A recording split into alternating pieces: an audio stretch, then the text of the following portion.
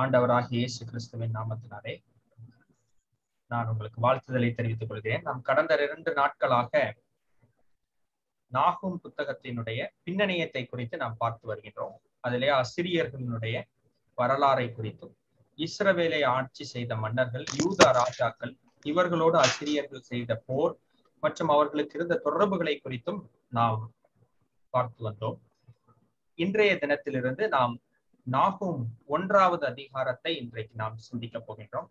நாகூம் 1வது அதிகாரத்திலே 15 வசனங்கள் இருக்கின்றது. இன்றைய தினத்திலே நாகூம் 1வது அதிகாரமும், நாளைய தினத்திலே நாகூம் 2வது அதிகாரமும், அதற்கு மறுநாள் நாகூம் 3வது அதிகாரத்தையும் நாம் தியானிக்க போகின்றோம்.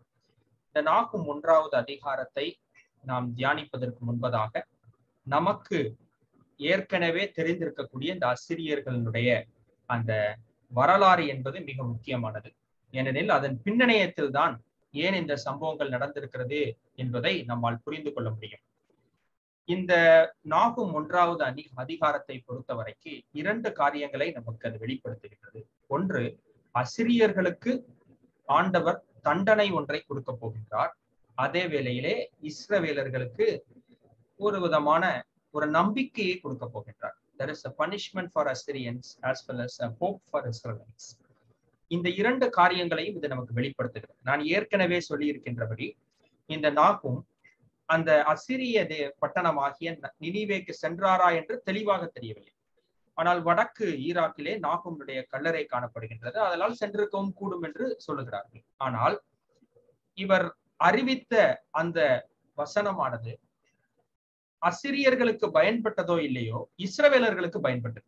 மனாசேயினுடைய காலகட்டத்தின் முடிவுக்கு வரும் பொழுது இவர்கள் இந்த இஸ்ரவேல் மக்கள் அனைவருமே, யூதா கோத்திரத்தில் இருக்கக்கூடிய அந்த மக்கள் அனைவருமே, 2 கோத்திரத்தில் இருக்கக்கூடிய மக்களும் ஒரு விதமான விரக்தியின் உச்சத்திலே காணப்பட்டார்கள். காரணம், அங்கு இருந்த மக்கள் அனைவரும் விக்கிரக ஆராதனைக்கு பழக்கப்பட்டு யார் கடவுள் என்ற ஒரு எண்ணம் இல்லாதபடிக்கு மனாசேயினால் குழப்பீடிக்கப்பட்டார்கள். They were challenged by almost all the gods which are there next to them. So அவர்களுக்கு அடுத்ததாக இருந்த மக்களிடத்திலிருந்து எல்லா கடவுள்களையும் அவர்கள் வணங்கி பார்த்தார்கள். எதுவும் பயனளிக்கவில்லை. அதனால் அப்படிப்பட்ட ஒரு சூழ்நிலை இருந்தார்கள். இப்போ இந்த மக்களுக்கு ஆண்டவர் ஒரு நம்பிக்கையின் வார்த்தையை கொடுக்கின்றார். அசிரியர்களால் துன்பப்படுத்தப்பட்டுக் கொண்டிருக்கக்கூடிய இந்த மக்கள், இவர்கள் நான் அசிரியர்களை அழிக்கப் போகின்றேன் என்ற ஒரு செய்தியை இவர் இந்த நாகூமின் மூலமாக கொடுப்பதை நமக்கு பார்க்க முடிகின்றது. இந்த நாகூம் 1வது அதிகாரத்தை நாம் 2 பகுதிகளாக பிரிக்கலாம். உங்கள் வேத புத்தகத்தை நீங்கள் தயவு செய்து திறந்து வைத்துக் கொள்ளுங்கள். அதிலே 1வது வசனத்தில் நீங்கள் பார்க்கக்கூடியது இந்த புத்தகத்தினுடைய ஒரு டைட்டில். இந்த புத்தகத்திற்கு என்ன பர்பஸ்க்காக எழுதப்பட்டிருக்கிறது என்று 1வது அதிகாரம் 1வது வசனம் நமக்கு சொல்லுகின்றது.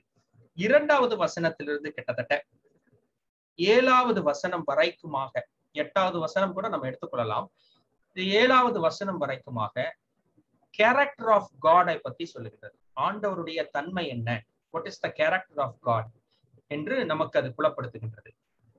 9வது வசனத்திலிருந்து 8வது வசனத்திலிருந்து நம்ம எடுத்துக்கொள்வோம்.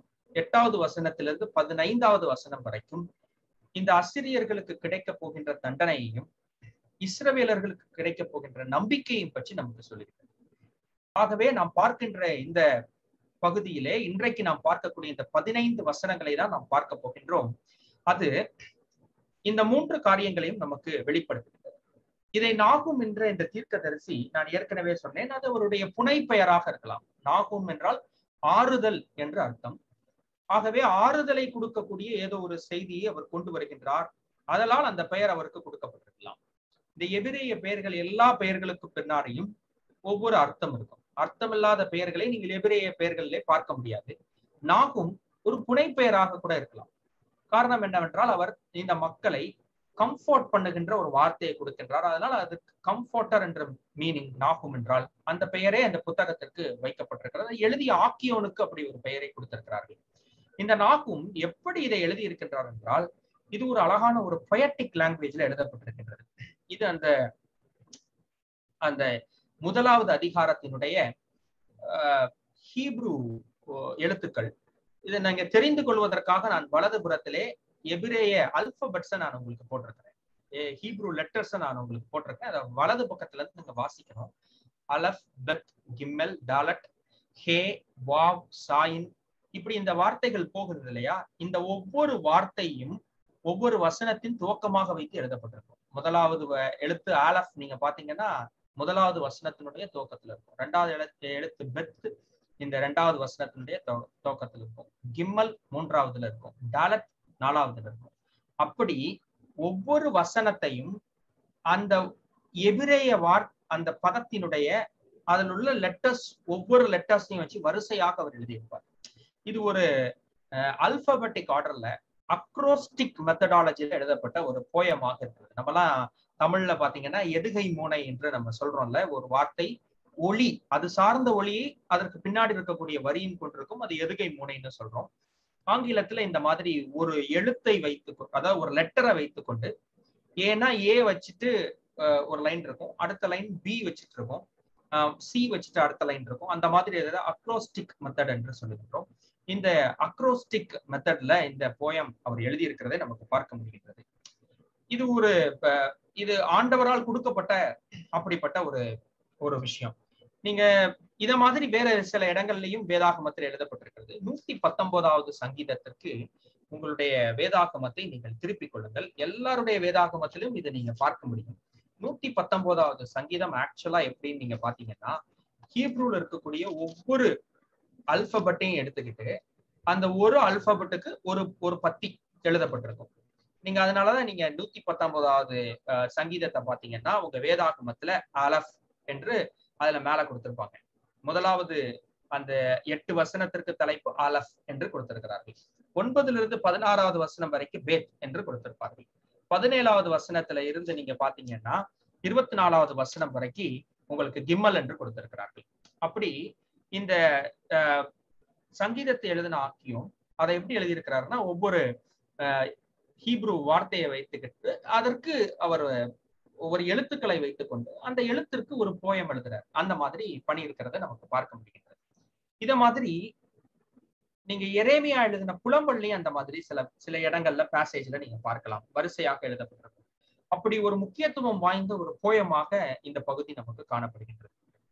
இந்த முதலாவது வசனத்தை நாம் எடுத்துக்கொள்வோம். ஒரு சில எபிரேய வார்த்தைகளையும் நம்ம படிப்போம், ஆனா அது நமக்கு ஈஸியா தான் இருக்கும், ரொம்ப கஷ்டமாலாம் இருக்காது. இந்த முதலாவது வார்த்தையை நீங்க பாத்தீங்கன்னா, the burden against Nineveh, the book of the vision of Nahum the Elkoshite என்று ஆரம்பமாகின்றது.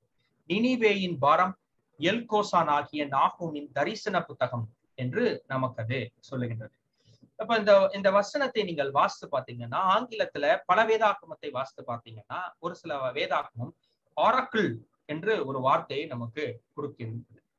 ஆரக்கிள் இல்லைன்னா பேடன் என்கின்ற வார்த்தையை இது சொல்லுகின்றது. இதற்கான அர்த்தம் என்ன அப்படின்னு நீங்க பாத்தீங்கன்னா, இதற்கான அர்த்தம் அதாவது அதற்கு ஒரு சுமையை கொடுப்பது என்பது போன்ற, அதை பற்றிய ஒரு சுமை, ஒரு பாரம், இல்லைன்னா அதை பற்றிய ஒரு மனசுல இருக்கக்கூடிய ஒரு விரக்தி, ஒரு கோபம், ஒரு அழிவை குறித்ததான ஒரு நெகட்டிவான ஒரு வார்த்தை கொடுக்கப்பட்டிருக்கிறது.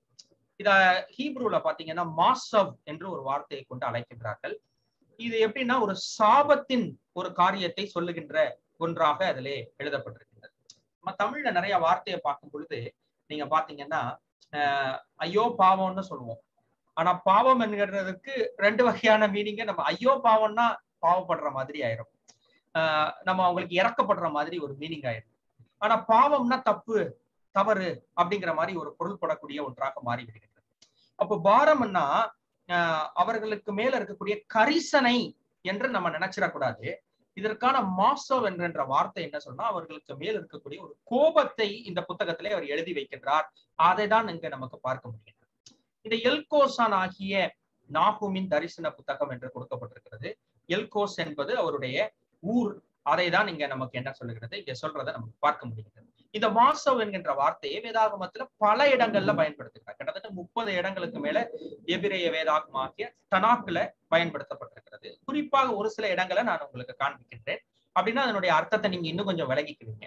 சங்கீதம் 38:4 எப்படி சொல்றது பாருங்க, என் அக்கிரமங்கள் என் தலைக்கு மேலாக பெருகிற்று, அவைகள் பார சுமையை போல என்னால் தாங்க கூடாத பாரம் ஆயிற்று அப்படின்றது. It is too heavy for me. இதைதான் மாசவ் என்று சொல்லுகின்றார்கள். யோபு 7:20 சொல்றாரு பாருங்க, மண்ணுயிரை காப்பவரே, பாவம் செய்தேனானால் உமக்கு நான் செய்ய வேண்டியது என்ன? நான் எனக்குத்தானே பாரமாய் இருக்கும்படிக்கு நீர் என்னை உமக்கு இலக்காக வைத்தது என்ன என்று அவர் சொல்லுகிறார். இது ஒரு நெகட்டிவான ஒரு விஷயத்தை குறிப்பதற்காக பயன்படுகிறது என்பதை நீங்கள் புரிந்து கொள்ள வேண்டும். இது பாசிட்டிவ் கனோட்டேஷன்ல அதை சொல்லல, ஐயோ இப்படி ஆயிட்டாங்களேன்னு சொல்லல, நெகட்டிவா அவங்கள திட்டுற ஒரு வார்த்தையாக இதை பயன்படுத்தப்படுகிறது. 2 சாமுவேல் 15ஆம் அதிகாரம் 33வது வசனத்தை நீங்க பார்த்தீங்கன்னா இதே வார்த்தை இருக்கிறது. தாவீது அவனை பார்த்து, நீ என்னோடு கூட நடந்து வந்தால் எனக்கு பாரமாயிருப்பாய் அப்படிங்கிறார். Unto whom David said, if thou passest on with me, then thou shalt be a burden unto me அப்படின்னு சொல்றாரு. சோ இந்த வார்த்தை இப்படியாக பயன்படுத்தப்பட்டிருக்கிறது. ஆகவே இந்த நினிவே பட்டணத்தை குறித்ததான ஒரு எரிச்சல், ஒரு கோபம், ஒரு அக்கினி போன்ற ஒரு வார்த்தையை இந்த புத்தகம் வெளிப்படுத்துகின்றது என்பதை நமக்கு இது காண முடிகின்றது. அடுத்தது நீங்க பாத்தீங்கன்னா இதுல என்ன, எல்கோசான் ஆகிய நாகூமின் தரிசன புத்தகம் என்று சொல்லப்பட்டிருக்கிறது. அதனால நமக்கு என்ன தெரியுது அப்படின்னு நீங்க பாத்தீங்கன்னா, ஏதோ ஒரு தரிசனம் போன்ற ஒன்றை அவர் கண்டிருக்க கூடும் என்று நமக்கு தெரிய வருகிறது. இதுல நீங்க ஆக்சுவலா இதுலயும் ஒரு சின்ன விஷயங்கள் இருக்குது. நிறைய இந்த தீர்க்கதரிசிகளுக்கு விஷன்ஸ் கிடைச்சிச்சு. நீங்க ஏசாயா 1:1 நீங்கள் திருப்பி பார்க்கலாம். ஏசாயா 1:1 அவர் என்ன சொல்றாருன்னா, அவருக்கு ஒரு தரிசனம் கிடைத்ததை அவர் அங்கே விளக்குகிறதை நமக்கு பார்க்க முடியும். இந்த ஏசாயா 1:1 கொடுக்கப்பட்டிருக்கிற வார்த்தை வேறு விதமாக இருக்கிறது. நாகூமில் கொடுக்கப்பட்டிருக்கிற வார்த்தை வேறு விதமாக இருக்கிறது. ஆமாத்தின் குமாரனாக ஏசாயா யூதாவின் ராஜாவாகிய உசியா, யோதாம், ஆகாஸ், எசேக்கியா என்பவர் நாட்களிலே யூதாவையும் எருசலேமையும் கொடுத்து கண்ட தரிசனம் அப்படின்றது. மேபி இது என்ன சொல்றாங்க, ஒருவேளை அவர் ஒரு தியான நிலையில் இருக்கும் பொழுது, ஒரு பரவச நிலையில இருக்கும் பொழுது ஆண்டவர் அவருக்கு ஒருவேளை குறிப்பாக பிரேயர் டைம்ல அவருக்கு வெளிப்படுத்தி இருக்கக்கூடும் என்று ஒரு சாரார் குறிப்பிடலாம். இல்லைன்னா ஒருவேளை இரவு போன்ற தூக்கங்கள்ல அவருக்கு வெளிப்படுத்தி இருக்கக்கூடும்னு சொல்லலாம். நீங்க எசேக்கியேல் தீர்க்க தரிசன புத்தகம் எல்லாம் பாத்தீங்கன்னா கனவு போன்று அவருக்கு தெரிவது போன்று அங்கே காணப்பட்டிருக்கும். அவருக்கு நித்திரைக்குள்ளாகி அப்படின்னு அங்க எழுதப்பட்டிருக்கும்.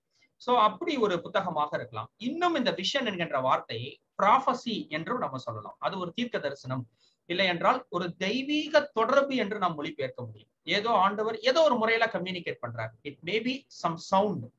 இப்ப சாமுவேலை பொறுத்த வரைக்கும் ஆண்டவர் அவரை கூப்பிடுகிறதை, சிறு வயதிலேயே அவரை கூப்பிடுறதை நம்ம பார்க்க முடிகின்றது. நீங்க எரேமியா புத்தகத்தை பார்த்தீங்கன்னா பேசுற மாதிரி இருக்கு. ஆண்டவர் பேசுகிறது போல இருக்குது. ஆபகுக் புத்தகத்துல ஆண்டவரும் ஆபகுக்கும் 2 பேரும் ஒரு டயலாக் ஃபேஷன்ல பேசிக்கிட்டு இருக்கிறாங்க. என்ன ஆண்டவரே நீங்க இப்படி பண்ணிட்டீங்க, இதெல்லாம் நடக்கலாமா, நீங்க போய் இப்படி பண்ணலாமா அப்படின்னு தான் ஆபகுக் பேசுறாரு. நம்ம பேசுற மாதிரி ஆண்டவரை கேள்வி கேட்கிறாரு. நீங்க ஒரு பெரிய சுத்த கண்ணர் அல்லவா, நீங்க ஒரு எவ்வளவு பெரிய ஆளு, நீங்க பேசலாமா, இப்படிலாம் பண்ணலாமா அப்படின்னு ஆண்டவர்கிட்ட கேள்வி கேட்கின்றார் இந்த ஆண்டவர், இந்த ஆபகுக். அப்படி ஒரு ஒரு பேசி இருக்கலாம். இந்த மாதிரி தொடர்புகளை குறிக்கின்றதா இந்த விஷன், இல்லைன்னா இந்த காட்சி படுத்துகிறதை நமக்கு குறிக்கின்றது. அதுதான் தரிசன புத்தகம் என்று எழுதியிருக்கிறாங்க. இதுல ஒரு சின்ன ஒரு விஷயத்த நமக்கு இங்க பார்க்க முடிகின்றது. இங்க நீங்க பாத்தீங்கன்னா இதுக்கு பேரு கோமட்ஸ் என்று சொல்வார்கள். காமட்ஸ் இல்லைன்னா கோமட்ஸ் என்று சொல்வார்கள். அந்த கோமட்ஸை இங்க என்ன பண்ணிருக்காங்க, யூஸ் பண்ணிருக்காங்க. அதுக்கு பதில்ல நீங்க ஏசாயா போன்ற புத்தகத்துல ஹட் ஆஃப் பட்டா என்று சொல்வார்கள். ஒரு செமிகோலன் மாதிரி வச்சு முன்னாடி ஒரு டேஷ் மாதிரி போட்டிருக்காங்க பாருங்க, ஹைஃபன் மாதிரி. அதற்கு விளக்கம் எபிரேய வல்லுநர்கள் என்ன கொடுக்குறாங்க அப்படின்னு நீங்க பாத்தீங்கன்னா, இதுக்கு இன்னும் கடுமையாக சில நேரங்கள்ல நீங்க பாத்தீங்கன்னா, இங்க வா அப்படின்னு நம்ம கூப்பிட்டோம்னா அது ஒரு சாதாரணமா கூடுற மாதிரி, இங்க வா அப்படின்னு ஒரு கத்துனீங்கன்னு வச்சுக்கோங்களேன், அதுக்கு இன்னொரு ஒரு கலர் இருக்கு அந்த வார்த்தைக்கு. அது எப்படி இருக்குன்னா, நீங்க ஒரு ஸ்ட்ரெஸ் கொடுக்குறீங்க, நீங்க கொடுக்கக்கூடிய மாடுலேஷன் இருக்குது, பேசக்கூடிய வார்த்தையினுடைய மாடுலேஷன். அப்ப அந்த மாடுலேஷன்ல உங்களுடைய என்ன சொல்றது, the person's feeling, the personுடைய மைண்ட் ரிஃப்ளெக்ட் ஆகுது. அத மாதிரிதான் இந்த வார்த்தையில ஒரு ஸ்ட்ரெஸ் கொடுக்குறாரு. அப்படி ஸ்ட்ரெஸ் கொடுக்கும் பொழுது இதுல நீங்க பாத்தீங்கன்னா எபிரேய வார்த்தையை பொறுத்த வரைக்கும் ஏன்னா 3 சவுண்ட் இருக்கும். ஏ அப்படின்னு, அதாவது அந்த ஸ்ட்ரெஸ் இருக்கும். எப்படி நீங்க தமிழ்ல ஒரு ஆ இ நெடில் குரில் நெடில் என்று நம்ம 2 சொல்றோமோ, அந்த மாதிரி ஸ்ட்ரெஸ் இருக்கும் ஹீப்ரு லெட்டர்ஸ்ல. அந்த ஸ்ட்ரெஸ்ஸ அதிகமாக பயன்படுத்துகிறார்கள். அதுக்கு காரணம் என்ன அப்படின்னு சொல்றாங்க அப்படின்னா, ஏசாயா கொடுக்கக்கூடியது முதல் முறையாக அவர் கொடுக்கக்கூடிய ஒரு தீர்க்க தரிசன வார்த்தை. அப்போ அந்த ஸ்ட்ரெஸ் கொஞ்சம் அதிகமா இருக்கு, கம்மியா இருக்குது. வேற இந்த நாகூமை பொறுத்த வரைக்கும் அவர் கொடுக்கக்கூடிய அந்த தீர்க்க தரிசனம் என்பது 2வது முறையாக கொடுக்கின்றார். ஏற்கனவே யோனா கொடுத்து விட்டார். அந்த வார்னிங் அவங்க ஏற்றுக்கொள்ளல. அப்போ 2வது முறையா வருது. அப்போ அதுல ஸ்ட்ரெஸ் வந்து கொஞ்சம் கூட இருக்கிற மாதிரி இங்கே நமக்கு சொல்லப்பட்டிருக்கிறது. இது ராஷி என்று சொல்லக்கூடிய ஒரு வேத வல்லுனர் இவ்வாறாக அதை வெளிப்படுத்துகின்றார். அடுத்து நீங்க பாத்தீங்கன்னா இவருடைய பேர் வந்து எல்கோசைட் என்று சொல்லப்பட்டிருக்கிறது. எல்கோசியன் ஆகிய நாகூம் என்று சொல்லப்பட்டிருக்கிறது. எல்கோசைட் என்று நம்ம சொல்லுவோம்னா இந்த எல்கோஸ் என்கின்ற ஊர் பாலினியா என்று சொல்லக்கூடிய ஒரு இடத்துல இருக்கிறது. இட் இஸ் இந்த சிட்டி ஆஃப் பாலினியா. அப்ப இந்த பாலினியா இந்த சிட்டி வந்து பாலினியாங்கிற ப்ரொவின்ஸ்ல இருக்குது, அதாவது அந்த இடத்துல இருக்கிறது. இது எங்க இருக்குது அப்படின்னு நீங்க பாத்தீங்கன்னா இது எருசலேமிலிருந்து தொலைவு தூரத்திலே இருக்கிறது. அந்த தூரத்திலே அது எங்க இருக்குன்னா சவக்கடலுக்கு பக்கத்திலே இருக்கிறது. அதுல வந்து நிறைய வர்த்தகங்களுக்கு ஏதுவான தங்கம், பொன், வெள்ளி போன்ற காரியங்கள் மற்றும் உப்பு போன்ற காரியங்கள் அங்கே நிறைய வர்த்தகத்திற்காக உண்டு. ஆனால் நமக்கு என்ன இதன் மூலமாக தெரிய வருகிறது என்றால் இதுல இருந்து ஒரு அரச குடும்பத்திலும் ஒருவரும் இதுல உருவாகல. இதுல இருந்து இந்த இயேசு கிறிஸ்துவனுடைய பரம்பரையிலே வரக்கூடிய எந்த விதமான ராஜாக்களும் உருவாக்கல. அப்ப நாகூம் என்கின்றது யாருன்னு நமக்கு தெரியாதுன்னு சொன்னோம். அவரை யாரும் பார்த்ததில்லை. நான் நேத்தே சொல்லும் போது சொன்னேன், எந்த புத்தகமும் இவருடைய வார்த்தையை மறுபடியும் ஒரு ரீப்ரொடியூஸ் பண்ணல. இவரை பற்றியும் சான்றுகள் வேற எந்த புத்தகமும் வேதாகமத்துல சொல்லல. அப்படி இருக்கும் பொழுது நமக்கு ஒரு கொஸ்டினபிள் பர்சன். அப்ப இவர் ஒரு புனை பெயர்ல பேசுறாரு அப்படின்னா இவர் கண்டிப்பாக ஆனால் அரச குடும்பத்தில் உள்ளவர் கிடையாது. ஏன்னு நீங்க பாத்தீங்கன்னா இந்த அசிரியர்களை பத்தி அதிகமாக தெரிந்திருக்கக்கூடியவர்கள் அரச குடும்பத்துலதான் இருந்திருப்பாங்க. ஏன்னா போர்னா அப்ப முன்னாடி நிக்கக்கூடியவர்கள் அவங்கதான் வந்து கப்பம் கட்ட போறாங்க, அவங்கதான் காலில் போய் விழுறாங்க அசிரியர்கள் காலில். அப்போ அவர்கள்ல ஒருத்தர் இதை எழுதல. தெரியாத ஒரு காமன் பர்சன். இவர்கள் யார் என்று அதிகம் அறிந்திராத இவர்களுடைய இப்ப நம்ம பாக்குறோம் பாலிடிக்ஸ்ல நமக்கு அரசாங்கம் இருக்கின்றது. அரசாங்கத்துல வெளியே ஏராளமான கட்சிகள் இருக்கிறது. ஏதோ ஒரு கட்சி நம்ம ஆட்சி செய்து கொண்டிருக்கிறது. அந்த கட்சியில உள்ளவர்கள் என்ன நியூஸ் மீடியால கொடுக்குறாங்களோ அது நமக்கு தெரியுது. ஆனா ரியலா என்ன நடக்குங்கிறது நமக்கு தெரியாது. அந்த கட்சிக்குள்ள இருக்கக்கூடிய அந்த மீட்டிங்ல இருக்கக்கூடிய ஒருவராலதான் அதை புரிந்து கொள்ள முடியும். அப்படிதான் இந்த நாகூமை பொறுத்த வரைக்கும் அந்த வார் ஃப்ரண்ட்ல நிக்கக்கூடிய ஒரு ஒரு பர்சன் இல்லைன்னா வந்து ஒரு முக்கியஸ்தர் கிடையாது. அவர் ஒரு காமன் மேன், நம்மளை போன்ற ஒரு காமன் பர்சனை எடுத்து ஆண்டவர் இந்த பணிக்காக பயன்படுத்துகின்றார். அப்ப நம்ம யோசித்து பார்ப்போம், நாமும் ஒரு மிகப்பெரிய ஒரு ஆள் கிடையாது. ஆண்டவரால் பயன்படுத்தக்கூடிய அளவிற்கு நம்ம ஒரு பெரிய ஒரு மனிதன் கிடையாது. ஒரு மிக அறிவு சார்ந்தவர்களோ இல்லைன்னா ரொம்ப படிச்சவங்களோ இல்லைன்னா வந்து எல்லாம் தெரிந்தவர்கள் என்று சொல்வதற்கு நம்மகிட்ட எதுவுமே கிடையாது. ஆனா ஆண்டவர் நம்மையும் பயன்படுத்தக்கூடும். எதற்கு காரணம் என்னன்னா நாகும் அவருக்கு பிடித்தமான வழியில நடந்திருக்கிறார். அதனால ஆண்டவர் அவரோடு கூட பேசியிருக்கிறார், கம்யூனிகேட் பண்றாரு. அப்ப ஆண்டவர் நம்மகிட்ட கம்யூனிகேட் பண்ணணும்னா அவர் நம்மிடம் பேசக்கூடிய அளவிற்கு நாம் நடந்து கொள்ள வேண்டும் என்பதை நாம் புரிந்து கொள்ள வேண்டும். இந்த எல்கோஸ்ல இருந்து சொல்லப்படக்கூடிய வகையில வேற யாருமே இல்லை வேதாகமத்துல. நாகும் ஒருத்தர் தான் இருக்காரு. அப்ப ஏதோ ஒரு குக்கிராமத்துல உள்ளவர்களாக இருக்கலாம். நம்மளுடைய குடும்பம் மிக பிரசித்தி பெற்ற ஒருவராக இல்லாம இருக்கலாம். மற்றவர்களுக்கு முன்பாக நிற்கக்கூடிய ஒரு பாப்புலரான ஒரு யாருமே நம்ம குடும்பத்துல இல்லாம இருக்கலாம். ஆனால் ஆண்டவர் நம்மோடு கூட பேச முடியும். ஏன்னா ஆண்டவர் அவர் ஒரு முக்கியஸ்தர்கள்ட்ட மாத்திரம் பேசுறவர் அல்ல. அவர் தாவீது இல்ல சாலமோன் அவர்கள்ட்ட தான் பேசுவேன், எல்லாருக்கும் முன்னாடி நிற்கக்கூடிய சாமுவேல்கிட்ட தான் பேசுவேன் என்று சொல்கின்ற தேவன் அல்ல. எல்கோசைட் என்கின்ற ஒரு ஓரத்தில் இருக்கக்கூடிய ஒரு கிராமம், யாரும் கண்டுகொள்ளாத ஒரு கிராமம், வேதாகமத்திலே முக்கியப்படுத்தப்படாத ஒரு கிராமம். அந்த கிராமத்தில் இருக்கக்கூடிய யாரும் அறிந்திராத ஒரு மனிதன் நாகும் அவர்கிட்ட போய் பேசியிருக்கிறாருன்னா பாருங்க. அப்ப நம்மளை தேடி ஆண்டவர் வந்திருக்கிறார். நம்ம கிட்டயும் அவர் பேசக்கூடும், நம்ம கிட்டயா அவர் கம்யூனிகேட் பண்ணக்கூடும், நம்ம கிட்ட அவர் இன்ட்ராக்ஷன் பண்ணக்கூடும், அவருடைய விஷன்ஸை நம்மளோட கம்யூனிகேட் பண்ண முடியும், வேதாகம வார்த்தைகள் மூலமாக நம்மோடு பேச முடியும். அப்ப இதெல்லாம் ஆண்டவர் நம்மகிட்ட பேசணும்னு அவரை ட்ரை பண்றாரு. அதுக்கு ஒரே காரணம் நாகும் அவருக்கு பிடித்தமான வழியிலே இருந்திருக்கிறார் என்பதை நாம் புரிந்து கொள்ளலாம். நம்ம ஆண்டவருக்கு பிடித்தமான வழியில இருக்கிறோமாங்கிறதை யோசித்து பாருங்க. இந்த 2வது வசனத்திலிருந்து நம்ம பார்க்கும் பொழுது அது ஆண்டவருடைய கோபத்தை நமக்கு காட்டுகின்ற ஒன்றாக இருக்கின்றது. ஏன் கோபம் என்றால் இந்த அசிரியர்கள் அவர்கள் ஆண்டவருக்கு விரோதமான காரியங்களை செய்து கொண்டிருக்கிறார். இந்த 1வது அதிகாரத்தின் முடிவுல தான் அசிரியர்கள் எவ்வளவு பெரிய தவறை செய்ய காத்திருந்தார்கள் உங்களுக்கு தெரியும். நான் நேற்றே 3 தவறுகள் நான் உங்களுக்கு சொல்லி இருக்கின்றேன். அதற்கு போக இப்பொழுது இன்றைக்கு இந்த வேதாகம பகுதியின் அடிப்படையிலே ஒரு மிகப்பெரிய தவறு இருக்கிறது. அதை ஆண்டவர் சுட்டி காட்டுகின்றார். அதையும் நம்ம சேர்த்து பார்க்க போகின்றோம். நீங்க பாருங்க, இதுல என்ன சொல்லப்பட்டிருக்கிறது? Lord is a jealous and vengeful God and is full of wrath, and the Lord avenges himself upon his adversaries and he bears a grudge against his enemies. இப்ப நீங்க பாத்தீங்கன்னா ஜெலஸ் அப்படின்னா நம்ம பொதுவா என்ன சொல்லுவோம், பொறாம பிடிச்சவங்கன்னு சொல்லுவோம் இல்ல. நம்ம அப்படியே நம்ம மீனிங்ல எடுத்துக்கிட்டோம்னு வச்சுக்கோங்களேன், பொறாம பிடிச்சவங்கன்னு சொல்லுவோம். அப்ப ஆண்டவர் பொறாமை உள்ளவர் அப்படின்னு நம்ம சொல்ல முடியுமா? அடுத்தது எப்படின்னா கோபக்கார ஆண்டவர் அப்படின்னு நமக்கு சொல்லுது. ஏன்னா வேதாகமமே இந்த இதை எப்படி சொல்லுது, கோபக்கார ஆண்டவர் அப்படின்னு சொல்லுது. அடுத்து எப்படி சொல்லுதுன்னா, அவர் நமக்கு பழி தீர்க்காமல் விட மாட்டார், பழி வாங்குகின்ற ஒருவர் அப்படின்னு சொல்லுது. அப்ப இந்த வார்த்தைகளை நாம் புரிந்து கொள்ளவில்லை என்றால் அந்த வார்த்தைக்கான மீனிங்கை கரெக்டாக நம்மளால எடுத்துக்க முடியாது. ஆக்சுவலா நீங்க ரெண்டாவது பாட்டை பாருங்க, the Lord avenges himself upon his adversaries என்று இருக்கிறதே. அட்வர்சரினா கிரேக்க வார்த்தையில எப்படின்னு நீங்க பாத்தீங்கன்னா, அட்வர்சரி என்கின்ற ஒரு கிரேக்க வார்த்தை, அதற்கான பொருள் சாத்தான் என்று பொருள். என்ன, Lord avenges himself upon his adversaries என்று சொன்னால், கிரேக்க மொழியிலே நீங்கள் அட்வர்சரிங்கிற வார்த்தைக்கான மீனிங்க பார்த்தீங்கன்னா, கிரீக்ல இருந்து தான் இங்கிலீஷ்க்கு வந்திருக்கு அந்த அட்வர்சரிங்கிற வார்த்தை. அட்வர்சரினா சாத்தான் அர்த்தம் கிரீக்ல, சட்டனா என்றாலும் கிரீக்ல சாத்தான் என்ற அர்த்தம், டயபோலோஸ் என்றாலும் சாத்தான் என்ற அர்த்தம், அட்வர்சரினாலும் சாத்தான் என்ற அர்த்தம். இந்த மூன்று வார்த்தைகளுமே வேதாகமத்திலே சாத்தானை குறிப்பதாக புதிய ஏற்பாட்டுல பயன்படுத்தப்பட்டிருக்கிறது. நீங்க பழைய ஏற்பாட்டுல பார்க்கும் பொழுது நம்ம இந்த மொழிபெயர்த்து இருக்கிறார்களே, இது நீங்க பார்த்தீங்கன்னா இங்கே அவர் சொல்லுவது அட்வர்சரி என்று குறிப்பிடுவது அவருடைய சத்துருக்களாகிய இந்த அசிரியர்களை அவர் குறிப்பிடுகின்றார். இதை நீங்க எப்படி மொழிபெயர்க்கலாம் அப்படின்னு பாருங்க. கர்த்தர் எரிச்சல் உள்ளவர்னு தமிழ்ல மொழிபெயர்த்திருக்காங்க பாருங்க, நீதியை சரிக்கிற்றவர் என்று மொழிபெயர்த்திருக்காங்க. கிட்டத்தட்ட பக்கத்துல வந்துட்டாங்க.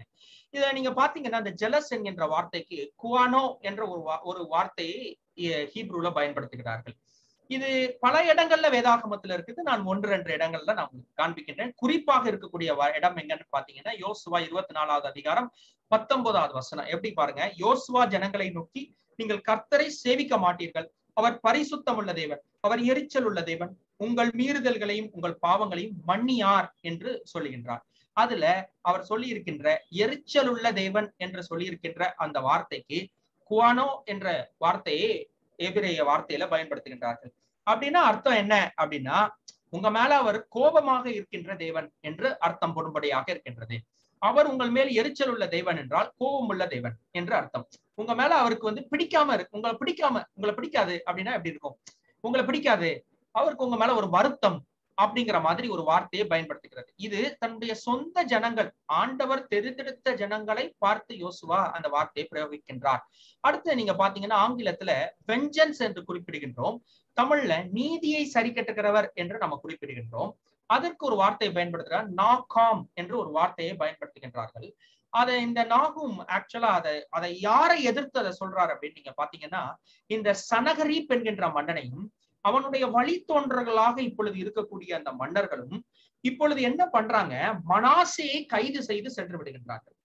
இந்த மனாசேயை கைது செய்து சென்று விடும் பொழுது இப்பதான் ஆண்டவர் என்ன பண்றாரு பாருங்க, இந்த யாரை எனிமிங்கிறாரு, மனாசே தான் ரியல் எனிமி. ஆக்சுவலா நீங்க பாருங்க, நம்ம தமிழ்ல ஆக்சுவலா சொல்லுவோம், நம்ம பகைவரை மன்னித்து விடலாம், துரோகியை மன்னிக்க முடியாதுன்னு சொல்லுவோம். தமிழ்ல ஆக்சுவலா சொல்லுவாங்க எப்படி.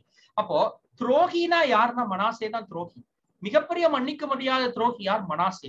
ஆனால் இந்த பகுதியினுடைய கடைசிக்கு வரும்பொழுது உங்களுக்கு தெரியும் ஏன் ஆண்டவர் அவனை துரோகின்னு சொல்லாம அவனை ஏற்றுக்கொண்டு இந்த அசிரியர்களை ஏன் வேண்டான்னு விட்டாரு அப்படிங்கிறது இந்த பகுதியினுடைய கடைசிக்கு வரும்போதுதான் தெரியும். நான் சர்ப்ரைஸாவே கொண்டு போறேன். அப்ப நீங்க பாருங்க, ஆண்டவர் இங்க என்ன சொல்றாரு, இந்த சனகரிப் என்கின்ற மன்னனுடைய வழித்தோன்றல்கள் இப்ப என்ன பண்றாங்க, மனாசையை கைது செய்து சென்று விட்டாங்க. நம்ம நேற்று பார்த்தோம், அந்த விஷயத்தை பார்த்தோம். அவனை கைது செய்து சென்று விட்ட பொழுது இப்பொழுது இந்த தென்புறத்தில் இருக்கக்கூடிய 2 மாகாணமுமே இப்ப என்ன ஆகுது, இப்பொழுது அவர்கள் தாயில்லாத பிள்ளைகளை போல இருக்கிறார்கள்.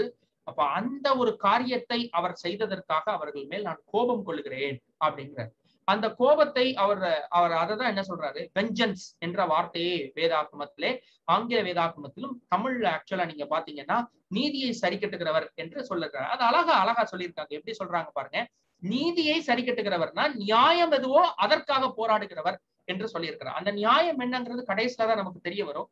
ஏன்னா அது ஒரு காட்ஸ் பிளானை உடைக்கக்கூடிய ஒரு செயல். இப்ப என்னைக்குமே நீங்க பாருங்க, ஆண்டவருடைய வழிகளுக்கு மாறுதலாக நீங்க செஞ்சீங்கன்னா அது ஆண்டவர் ரொம்ப கோபப்படுறவராக இருப்பார்.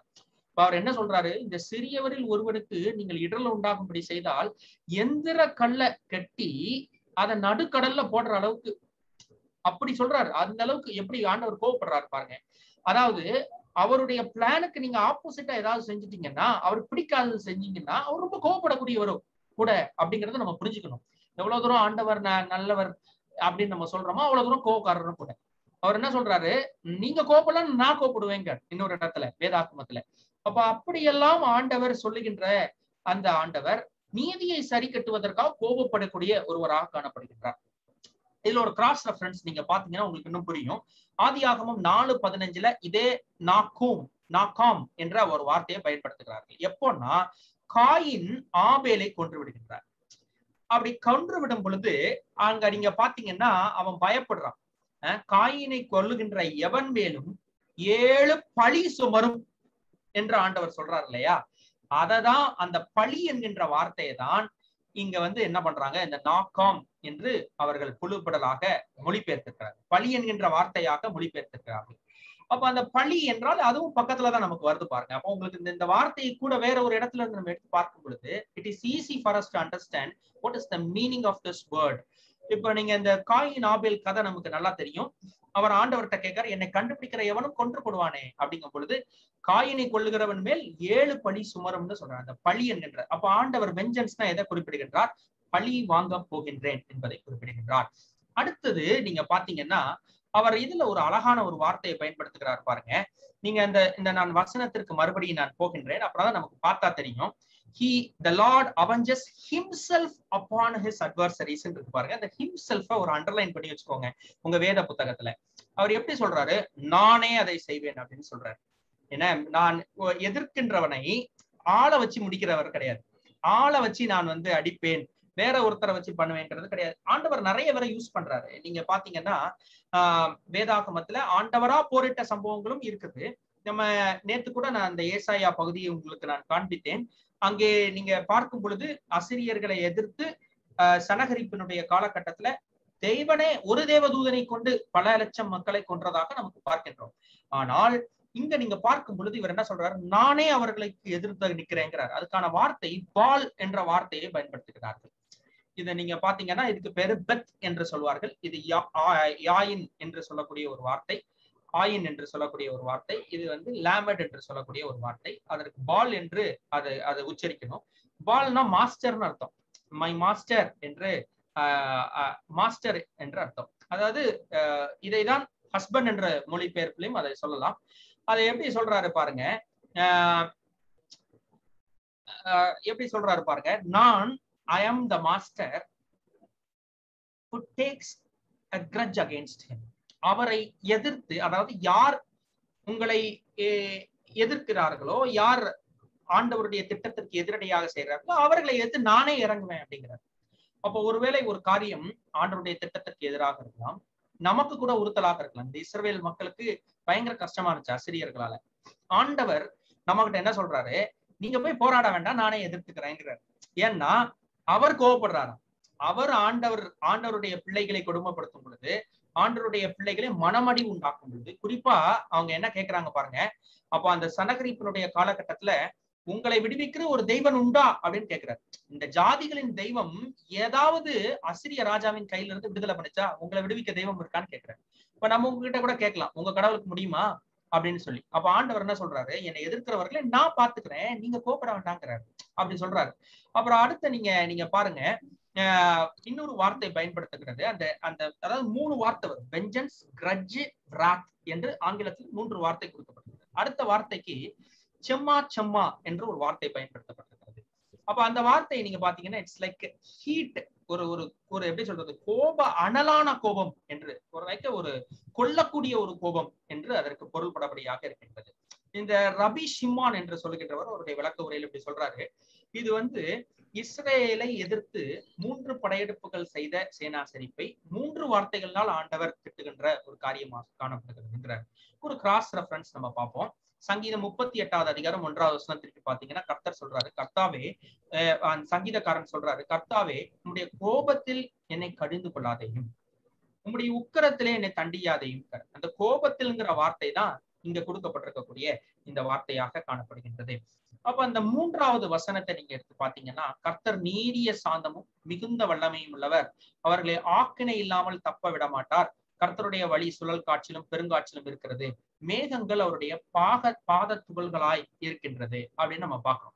அந்த ஃபர்ஸ்ட் நம்ம இப்ப பார்ப்போம். எப்படி பாருங்க, God is slow to anger and great in power அப்படிங்கிறது. நீடிய சாந்தமும் மிகுந்த வல்லமையும் உள்ளவர் அப்படிங்கிறது எப்படி நமக்கு சொல்லப்பட்டிருக்கிறது பாருங்க. அவர் எல்லா பவர் இருக்கு அவர்கிட்ட.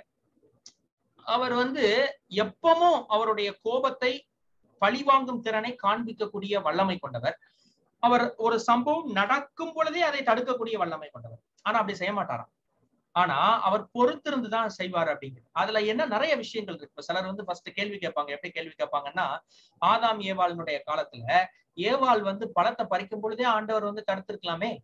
எதுக்கு ஆதாம சாப்பிட வைக்கணும், எதுக்கு ஏவாளை சாப்பிட வைக்கணும், பழத்தை சாப்பிடுற வரைக்கும் ஆதாமையும் பொறுமையா பார்க்கணும், கடைசியில எல்லாம் தெரியாத மாதிரி கடைசியில ஆதாமே எங்க இருக்கிறாயின்னு கேட்கணும் அப்படின்னு நினைப்பாங்க. ஆக்சுவலா என்ன ஒரு வேத வல்லுநர்கள் சொல்லக்கூடிய இன்டர்பிரேஷன் எப்படி இருக்கு பாருங்க. என்ன சொல்றாங்க, அது ஒரு விதமான he is giving every kind of power to execute the will and wish. நம்மளுடைய செயல்திறனை நம்ம என்ன வேணுமோ செய்யலாம் உலகத்துல. நீங்க செய்யும் பொழுதே, ஒரு தவறு செய்யும் பொழுதே கை நிக்காது, ஒரு தவறு செய்யறதுக்கு போகும் பொழுது கால் நிக்காது, பேச வரும்பொழுது நாக்கு நின்றாது, நம்மளுடைய உடல் ஒரு தவறை செய்ய முற்படும் பொழுது அந்த உடல் அந்த இடத்துல நிக்காது. ஆண்டவர் அப்படி தடுத்தார்னா நம்ம அவருக்கு அடிமை போல காணப்படுகின்றோம். அவருடைய கரத்தின் கீழே அடக்கப்பட்டு ஒடுக்கப்பட்டு காணப்படுகின்றோம். அவருடைய கோபம் உடனே வந்துச்சுன்னா அது அப்போ நம்ம எப்படி பாருங்க, நம்ம கையில இருக்கக்கூடிய ஒரு ரோபாட் மாதிரி. அந்த ரோபாட் நல்லதை செய்யும் கெட்டதை செய்ய விடாதபடிக்கு நம்ம ப்ரோக்ராம் பண்ணி வச்சிருக்கிற மாதிரி இல்ல. நமக்கு ஒரு சுயாதீனத்தை கொடுத்திருக்கிறார். நம்ம என்ன செஞ்சாலும் அவர் பொறுத்துதான் போயிட்டு இருக்கிறாரு. அவருடைய கோபம், ஆனா கடைசியில கோபம் இருக்குங்க. எப்படின்னா இதை அழிக்க முடியாத கோபம் இருக்கு. அந்த கோபத்தை நீங்களே ஆண்டவர்கிட்ட மன்னிப்பு கேட்டு மனம் திரும்பியும் கொள்ளலாம், அதுக்கும் பொறுமையா இருக்கிறாரு. ஆனால் அதே வேளையில இல்லைன்னா அந்த கோபத்தை காண்பிப்பதற்கும் அவர் வல்லமை உள்ளவராக இருக்கின்றார். அதை நமக்கு சொல்லு. அந்த இரண்டாவது பகுதியை நீங்க பார்க்கும் பொழுது அதுல ஸ்டாம் என்கின்ற ஒரு வார்த்தை இருக்கிறது. சுழல் காற்றிலும் பெருங்காற்றிலும் என்று கொள்ளப்பட்டிருக்கிறது. இனிமே வரக்கூடிய இதுல நீங்க பாத்தீங்கன்னா நம்மளுடைய ஆக்சுவலா நம்மளுடைய தமிழ்ல நீங்க இருக்கக்கூடிய ஐம்பூதங்கள்னு சொல்லுவாங்க இல்ல, இந்த காற்று, வானம், நீர், நிலம், நெருப்பு என்று ஐம்பூதங்களாக நம்ம பார்க்கின்றோம்.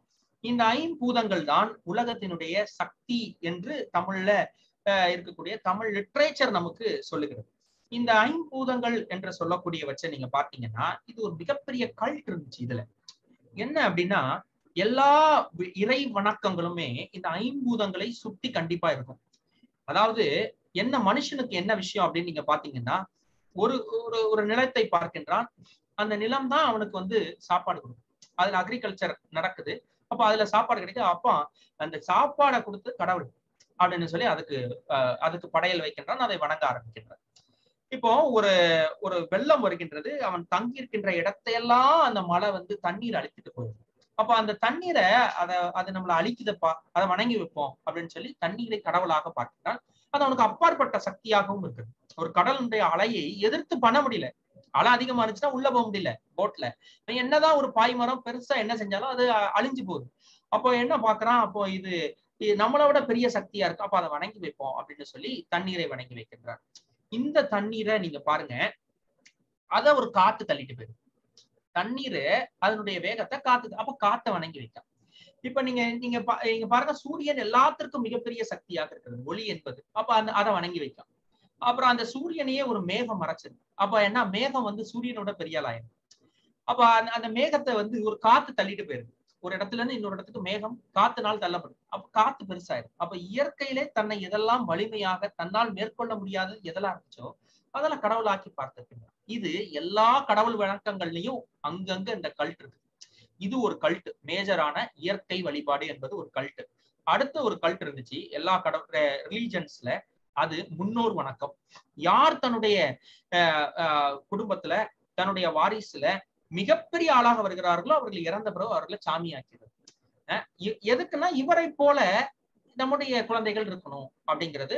அதுல ஒரு விதம் என்னன்னா அவருடைய புகழை அழியாமல் பாதுகாப்பதற்காக அவர் ஒரு கடவுள் என்று சொல்லி வைக்கிறார்.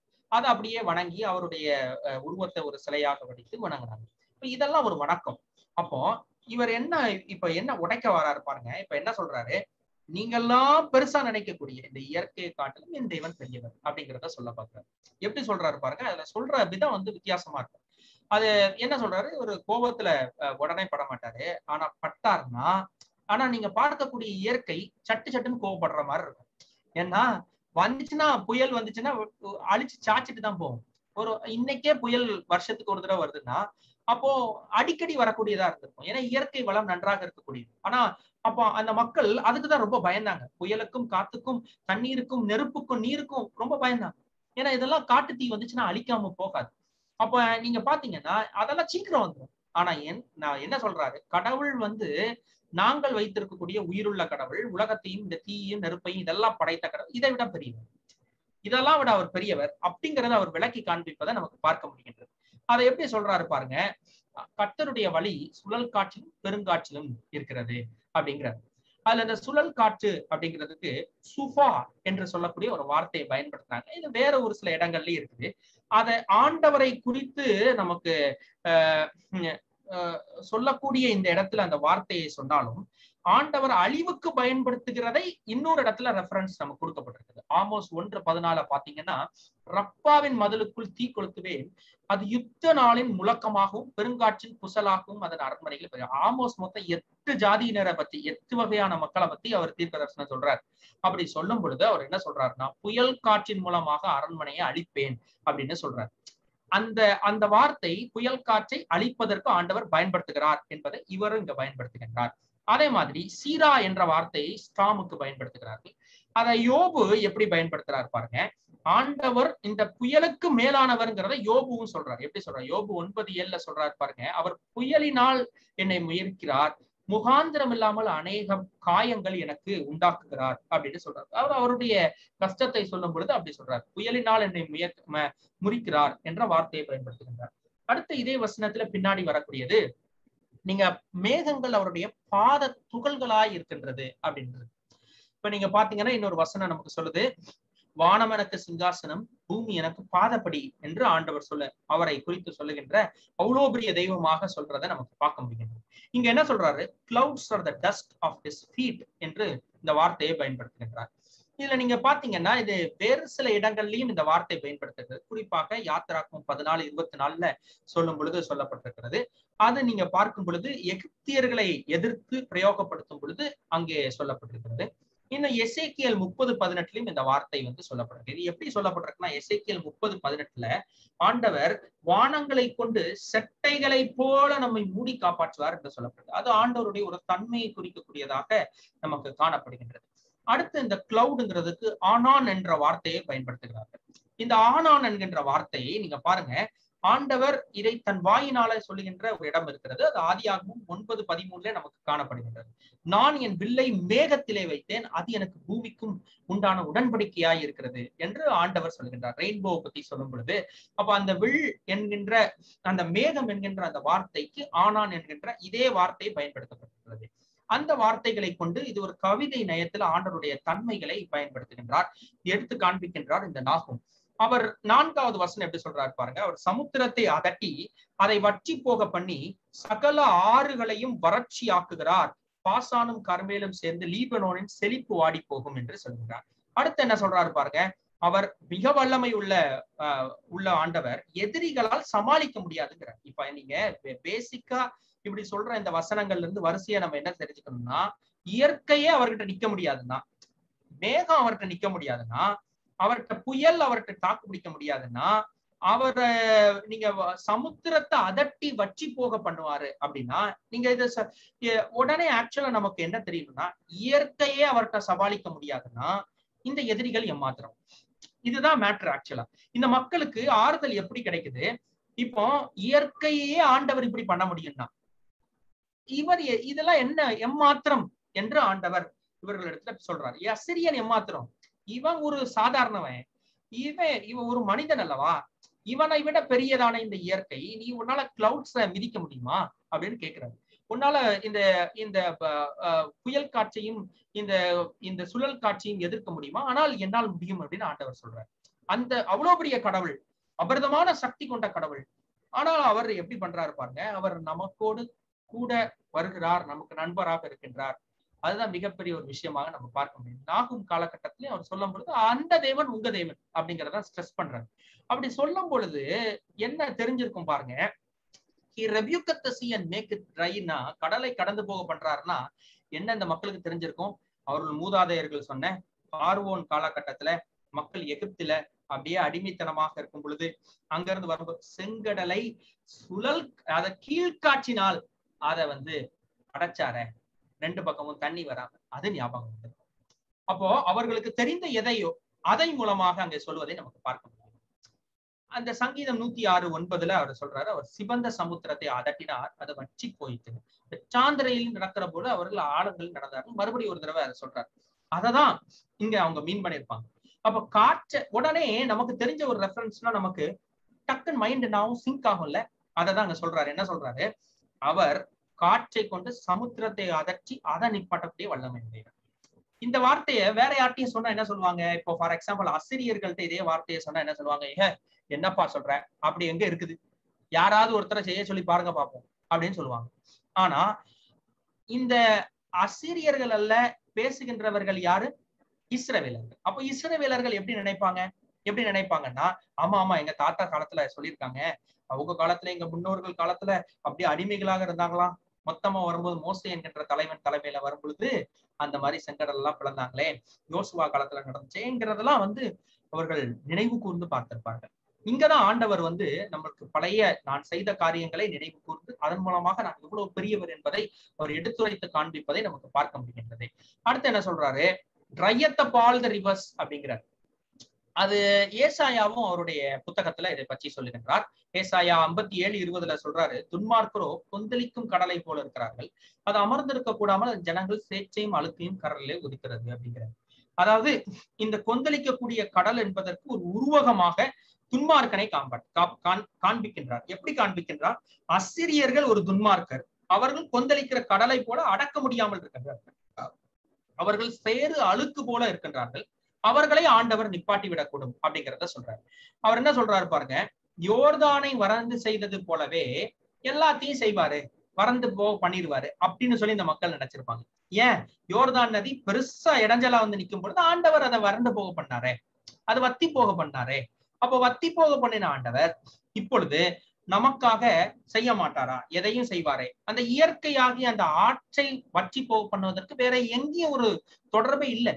அப்ப ஆண்டவர் இந்த மக்கள்கிட்ட பேசும் பொழுது அவருக்கு தெரிஞ்ச அவர் செய்த காரியங்களை நினைவுபடுத்தி அவர் நான் அவ்வளவு பெரிய ஆள் அப்படின்னு சொல்றதை நமக்கு பார்க்க முடிகின்றது. அடுத்து நீங்க பாத்தீங்கன்னா பாஷான், கர்மேல், லீபனோன் என்று 3 இடங்களை சொல்லுது. இந்த பாஷான் என்கின்ற இடம் ஒரு மிகப்பெரிய ஒரு புல்வெளித்தலம், அது ஒரு அருமையான ஒரு சோலை வனக்காடு. இந்த கர்மேல் என்று சொல்லக்கூடியது திராட்சை தோட்டங்கள் நிறைந்த ஒரு அழகான ஒரு கார்டன். இந்த லீபனோன் என்று சொல்லக்கூடியது பாத்தீங்கன்னா கேதுரு மரங்களை வளர்ப்பதற்காக அந்த உருவாக்கப்பட்ட ஒரு காடு. அது உள்ள போனாலே அவ்வளவு ஸ்வீட் ஸ்மெல்லா இருக்குமா.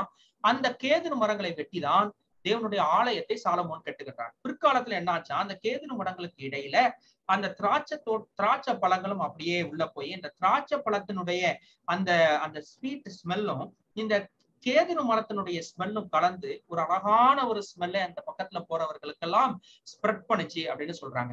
இப்ப என்ன சொல்ல வராரு, ஆண்டவர் நினைச்சா அவ்வளவு பச்சை பசேல்னு இருக்கக்கூடிய, அவ்வளவு அழகாக இருக்கக்கூடிய அது கூட வாடிப்போம் அப்படிங்கிறார். இப்ப காட்டுல சில இடங்கள்ல சொல்லுவாங்கல்ல, இது சூரிய ஒளி உள்ள புகாத காடியா அப்படின்னு சொல்லுவாங்கல்ல, அப்படிப்பட்ட ஒரு செழிப்பு நிறைந்தது கூட ஒன்றுமில்லாமல் ஒரே நேரத்துல வத்தி போக வைக்க முடியும் என்று ஆண்டவர் சொல்லுகிறார். எப்படி சொல்றாரு? பெரிய இடமாக இருக்கலாம், சிறியதாக இருக்கலாம், அதை பண்றேன்னு சொல்றாரு. இந்த லீபனோனை பறித்து உன்னத பாட்டுல எப்படி சொல்றது பாருங்க, என் மனவாளியே உன் உதடுகளிலிருந்து தேன் ஒழுகுகிறது, உன் நாவின் கீழ் தேனும் பாலும் இருக்கிறது, உன் வஸ்திரங்களின் வாசனை லீபனோனின் வாசனைக்கு பாருங்க. மிக வாசனை மிகுந்த ஒரு இடம்.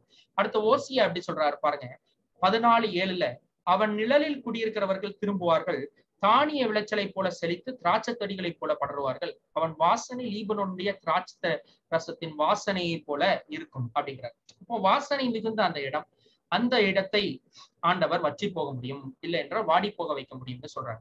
அடுத்து எப்படி சொல்றாரு பாருங்க, அவர் சமூகத்தில் பர்வதங்கள் அதிர்ந்து மலைகள் கரைந்து போகும், ஒரு பிரசனத்தினால் பூமியில் பூச்சக்கரமும் குடியிருக்கிற அனைவரும் எடுபட்டு போவார்கள். மலைகளே, இந்த நிலங்களே அதிரும் என்று ஆண்டவர் சொல்றதை நமக்கு பார்க்க முடிகின்றது. நீங்க ஆக்சுவலா பாத்தீங்கன்னா மலைகளை பார்த்து எப்பவுமே ஒரு பிரமிப்பா தான் இருக்கு, நம்மளோட பெருசா இருக்கும் போது. இதை தாண்டி அடுத்த பக்கம் பெற முடியுமாங்கிறது ஒரு மிகப்பெரிய பிரசனம் தான், ஒரு ஒரு பிரமிப்பு தான். ஆனா ஆண்டவர் என்ன சொல்றாரு, இந்த மலை கரைந்து போக வைக்க என்னால் முடியுங்கிறார். அப்போ மலைகளை கடவுளாக கொண்டிருக்கக்கூடிய அதுக்கு ஒரு முக்கிய ரீசன் இருக்கு. என்னன்னா, இந்த பெலிஸ்தியர்கள் இவர்கள் எல்லாம் போர் செய்யும் பொழுது மலைகளுக்கு மேல வாழ்ந்த மக்கள், அது குறிப்பாக நீங்க பார்க்கும் பொழுது இந்த ஈசாவனுடைய சந்ததியராகி ஏதோம் எதோம்னா மலையில வாழ்ந்தவங்க. இவர்களை எதிர்த்து போர் வளர்ந்தது இஸ்ரவேல் மக்கள் என்ன சொல்லுவாங்க, அவங்க எல்லாம் மலை தெய்வங்களை வணங்குகிறவர்கள், அங்க போய் மலையில போரிட முடியாது, அவர்களை போருக்கு சமதரையில இழுத்துட்டு வரணும், கொண்டு வந்துட்டு இங்க போராட்ட நம்ம வெற்றி பெறலாம் அப்படின்னு சொல்லி. இப்போ ஆண்டவர் இந்த கல்ட்டை உடைக்கிறாரு. எப்படி உடைக்கிறாரு? மலைகளை கரைந்து போக வைக்க என்னால முடியும். அவன் தெய்வம் பெரியது இல்லை, நான் அதை விட பெரியது. ஏன்? அவன் மலையில இருந்தாதான் பெரிய ஆளு, தரையில வந்தா நீ அடிச்சிருவேங்க, ஆனா அந்த மலையையே அழிக்கிறதுக்கு என்னால முடியும் அப்படிங்கறத ஆண்டவர் சொல்றாரு. நீங்க இப்பவும் இந்த கான்டெக்ஸ்ட்ல பாக்கணும். அதாவது when you remove a text from its context it becomes a pretext. அது ஒரு டெக்ஸ்ட். அப்ப நம்ம வந்து இந்த வீட்டுல எல்லாம் வசன போர்ட் எல்லாம் தொங்க விடுவோம், அதுல பாதி வசனம் கொடுத்திருப்பாங்க. அந்த கான்டெக்ஸ்ட் விட்டு உருவுனதுக்கு அப்புறமே மனசுக்கு தெரிஞ்சதெல்லாம் அந்த வசனத்தோட நீங்க இணைச்சு பார்க்கலாம். ஆனால் அது அது கிடையாது. அதை விட வேதாகமத்துல அந்த கான்டெக்ஸ்டோட அந்த மக்களுக்கு இது எப்படி புரிஞ்சிருக்கும்னு தான் நீங்க இப்ப பார்க்கணும். உங்க கண்ணோட்டம் எப்படி இருக்கணும்? நாகும் காலத்தில் வாழ்ந்த மக்களுக்கு நாகும் சொன்னார்னா அது எப்படி புரியும், அதை முதல்ல நீங்க பாருங்க. அப்புறம் உங்களுக்கு என்ன புரியுதுங்கிறத நம்ம எடுத்துக்கலாம். இப்ப இந்த நாகும் காலத்துல அந்த மக்களுக்கு என்ன புரிஞ்சிருக்கும், அப்போ மலையில இருக்கிற தெய்வர்களை காட்டிலும் இவர் பெரியவர் போல அப்படிங்கிறத மறுபடியும் ஒரு தடவை அவர்களுக்கு ஞாபகப்படுத்துகின்றார். அவர் பிரசனத்தினால் பூமியும் பூச்சக்கப்பட்டு இருக்கிற அனைவரும் எடுபட்டு போகிறார். இந்த மலையில மாத்திரம் இல்லையா, கீழே இருக்கக்கூடிய உலகம் அத்தனையில இருக்கக்கூடிய ஒரு ஜாதியும் முன்னாடி நிற்க முடியாது அப்படின்னு சொல்றாரு. அப்ப அந்த பர்வதங்களை குறித்து அவர் சொல்லுகிறதை நமக்கு பார்க்க முடிகின்றது. இதே வார்த்தைகளை ஆமோஸ் 9:13 சொல்றதை நமக்கு பார்க்க முடிகின்றது. இன்னொரு நீங்க ஏசாயா நீங்க பாத்தீங்கன்னா 2:13-14 சொல்றாரு பாருங்க. எப்படி சொல்றாருன்னா, லீபனோன் கேதரு மரங்கள் எல்லாம் என்ன ஆகும் அப்படின்னு சொல்றாருன்னா, அதுகெல்லாம் பாஷான் இதெல்லாம் அழிந்து போகும் அப்படின்னு சொல்றாரு.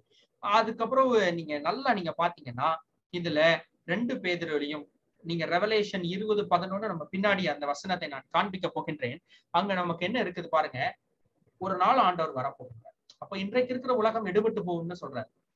வானமும் பூமியும் ஒளிந்து போகும் என்று ஆண்டவர் சொல்றதை நமக்கு பார்க்க முடிகிறது. சோ அந்த உலகத்தில் இருக்கக்கூடிய நம் காண்கின்ற எதுவும் பெருசு கிடையாது, அதை விட ஆண்டவர் பெரியவர். நம் கற்பனைக்கு அப்பாற்பட்டவர். இந்த மலை அளவுக்கு ஆண்டவர் இருப்பாரா அப்படின்னா அதை விட பெரியவர் அப்படிங்கிற ஒரு ஹோப்பா ஆண்டவர் இந்த வசனங்களின் மூலமாக மக்களுக்கு கொடுக்கிறதை பார்க்க முடிகின்றது. இதுதான் அந்த வசனம். இந்த வசனங்கள் நீங்க வீட்டுல போய் வாசித்து பாருங்க, குறிச்சு வச்சுட்டு நமக்கு நேரம் இல்லை. ஏசாயா 2:18 வரைக்கும் அதை நீங்க பாருங்க. இந்த ரெவலேஷன் 20:11 சொல்றப்ப அவருடைய சமூகத்தில இருந்து பூமியும் வானமும் அகன்று போகும்னா இங்க இருக்கிற ஒன்றும் நிலை இருக்காது.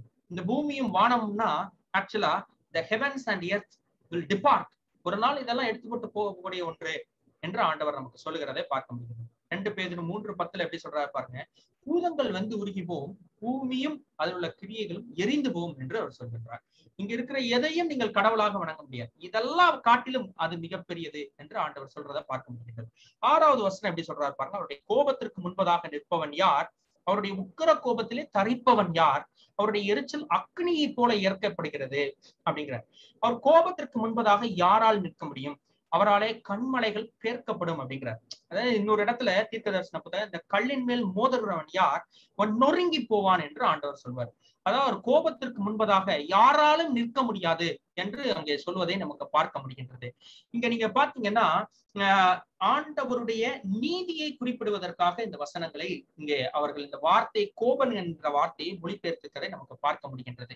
நீங்க ஆண்டவருடைய கோபத்திற்கு முன்பதாக நிற்க முடியாது அப்படின்னு நீங்க பாத்தீங்கன்னா, நம்மளால் ஆண்டவருடைய வருகையின் போது நிற்க முடியுமா? 2ஆம் வருகையின் போது அது நீங்க எவ்வளவு ஆண்டவர் நல்லவர் அன்புள்ளவர் அப்படின்னு நம்ம சொல்றோம் இல்லையா, இயேசு கிறிஸ்து அன்புள்ளவர்னு.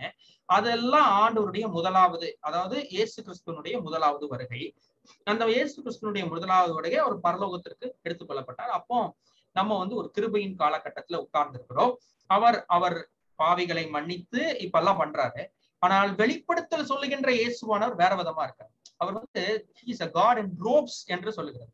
எப்படின்னா அவர் வெண் அங்கி தரித்து, அவர் இடை கச்சையை கட்டி கொண்டு வாளை வைத்துக் கொண்டு கோபத்தின் ஆண்டவராக வெளிப்படுகின்றார். அப்போ வரக்கூடியவர் அவர் ராஜாவின் ஆண்டவர், நீதி செய்கின்ற ஆண்டவர்னு சொல்றாரு. அப்ப அதை என்ன சொல்றதுன்னா, அந்த கோபத்தின் முன்பதாக நிற்பதற்கு நமக்கு திராணி இருக்குமா அப்படிங்கிறத நம்ம யோசித்து பார்க்கணும். இந்த இடத்தை நம்ம பார்க்கும் பொழுது அந்த கோபம் நம்ம வெளிப்படும் பொழுது நிக்க முடியுமா? யோசித்து பாருங்க.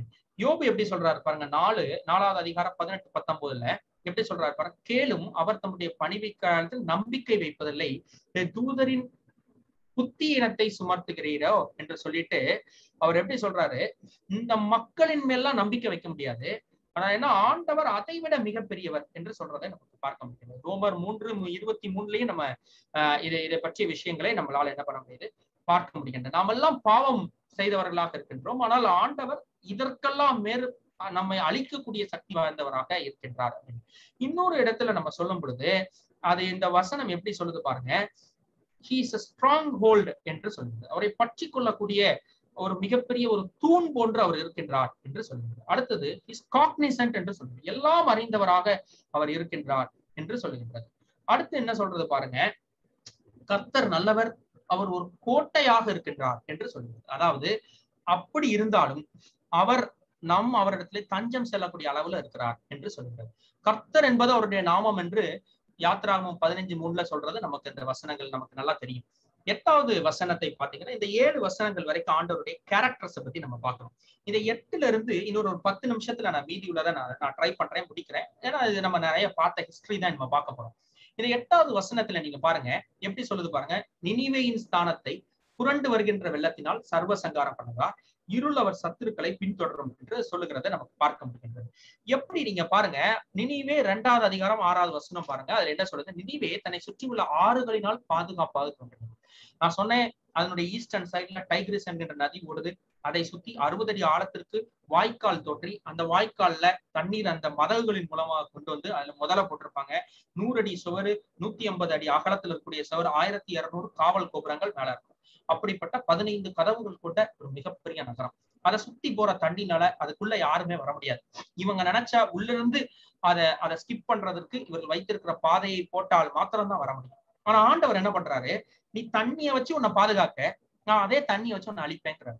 நீ எதை தனக்கு பாதிப்பு தன்னை பாதுகாப்பதற்காக வைத்திருக்கிறாயோ அதையே உனக்கு நான் பாதகமாக மாற்றி காட்டுகிறேன். யாருக்கு?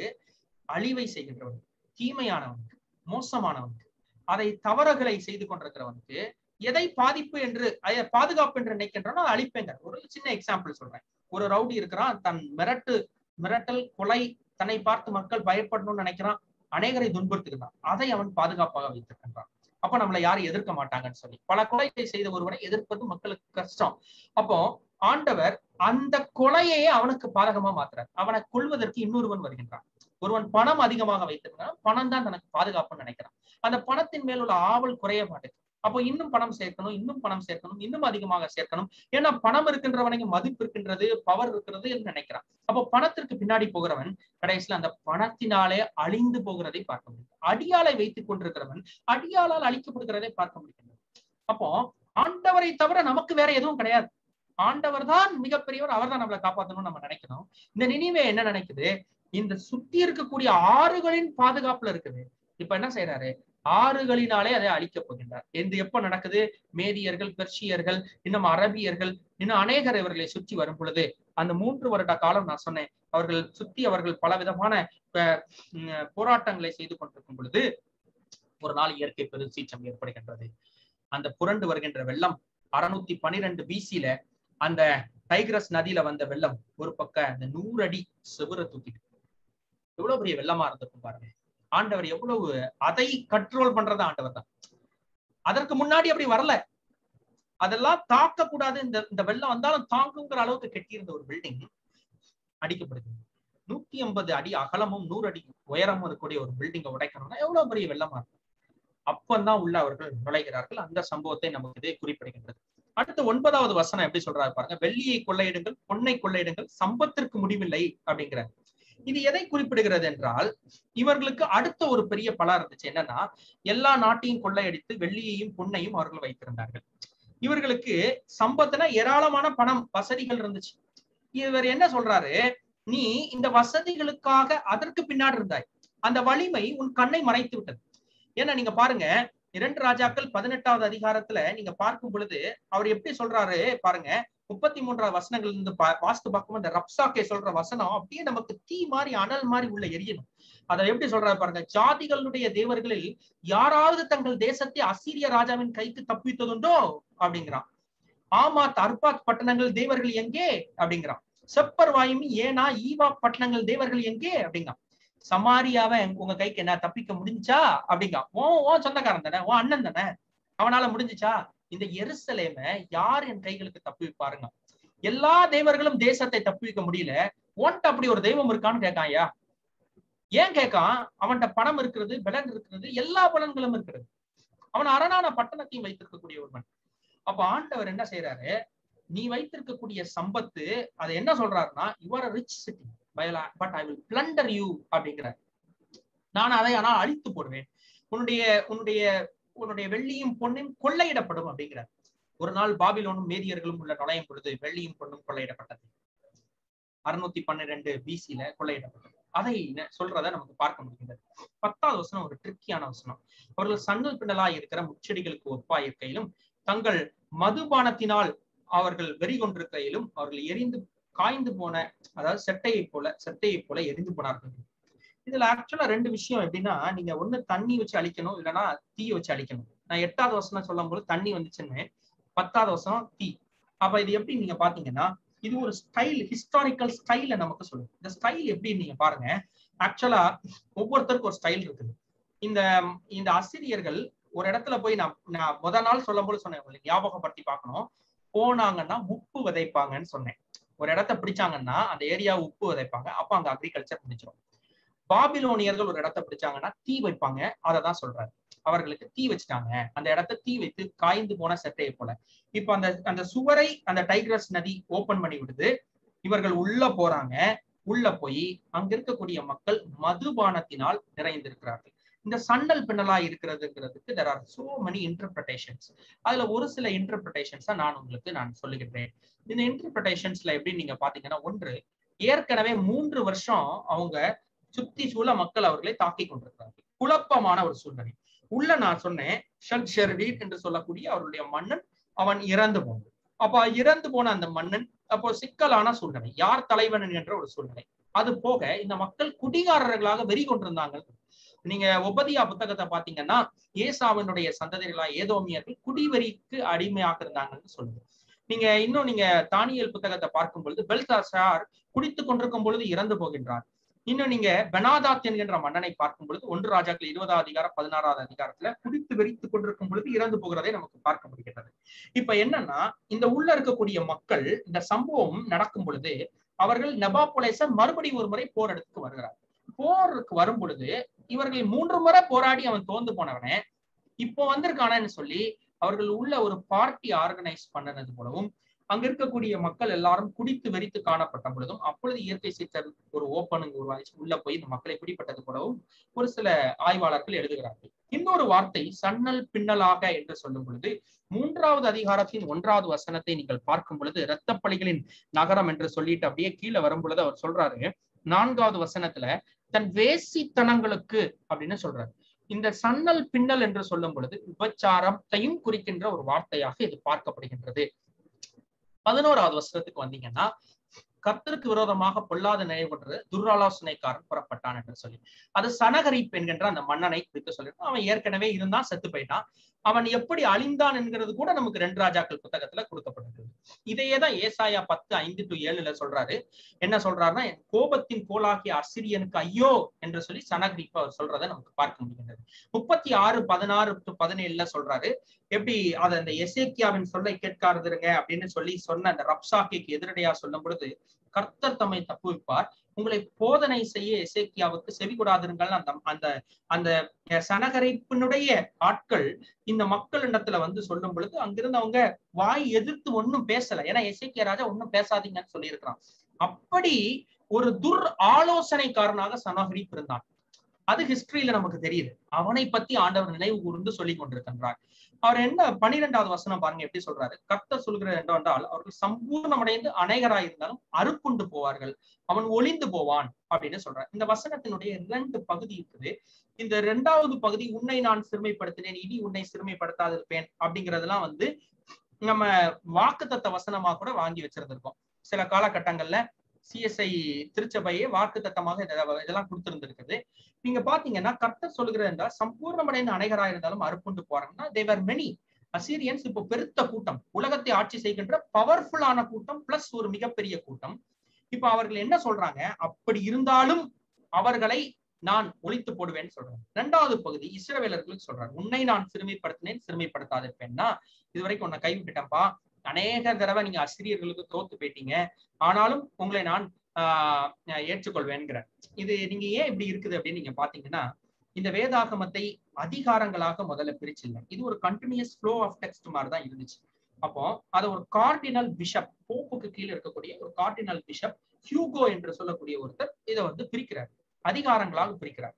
அதை கொண்டு போய் ஒரு பிரெஞ்சு பிரிண்டர்கிட்ட பிரிண்ட் பண்ண கொடுக்கும் பொழுது அந்த பிரெஞ்சு பிரிண்டர் வசனங்களாக பிரிக்கிறார். அப்ப அந்த வசனங்களாக பிரிக்கும் பொழுது சில நேரங்கள்ல மிஸ்மேட்ச் இருக்கும். அதுலதான் இந்த 12வது வசனம் இரண்டாக பகுக்கப்பட்டிருக்கணும், ஒரே வசனமாக இருக்குது. அதே மாதிரி நீங்க சில அதிகாரங்கள் பாத்தீங்கன்னா, முதலாவது அதிகாரத்தை எடுத்துக்கோங்களேன், வேதாகமத்துல 6 நாளை ஒன்னா போட்டுட்டு 7வது நாள் தனியா போட்டிருப்பாங்க. அது சொல்லுவாங்க 2வது அதிகாரம் 2வது வசனம் வரைக்கும் முதலாவது அதிகாரம் நம்ம நினைச்சுக்கணும். அப்படின்னாதான் அது முழுமையா 7வது நாள் வரைக்கும் வரும். ஆதியாகமம் 1 இருந்து ஆதியாகமம் 2 வரைக்கும் இருக்கு அந்த 7 நாள் சம்பவம். அப்ப அதை சேர்த்து போட்டிருக்கலாம் அப்படிம்பாங்க. இந்த மாதிரி பிரிக்கிறது சில நேரங்கள்ல நமக்கு நல்லதாவும் இருந்துச்சு, கெட்டதாகும். பிரிச்சதுனாலதான் நம்ம வசனங்களை நிறைய படிச்சு வச்சிருக்கோம் மனசுல.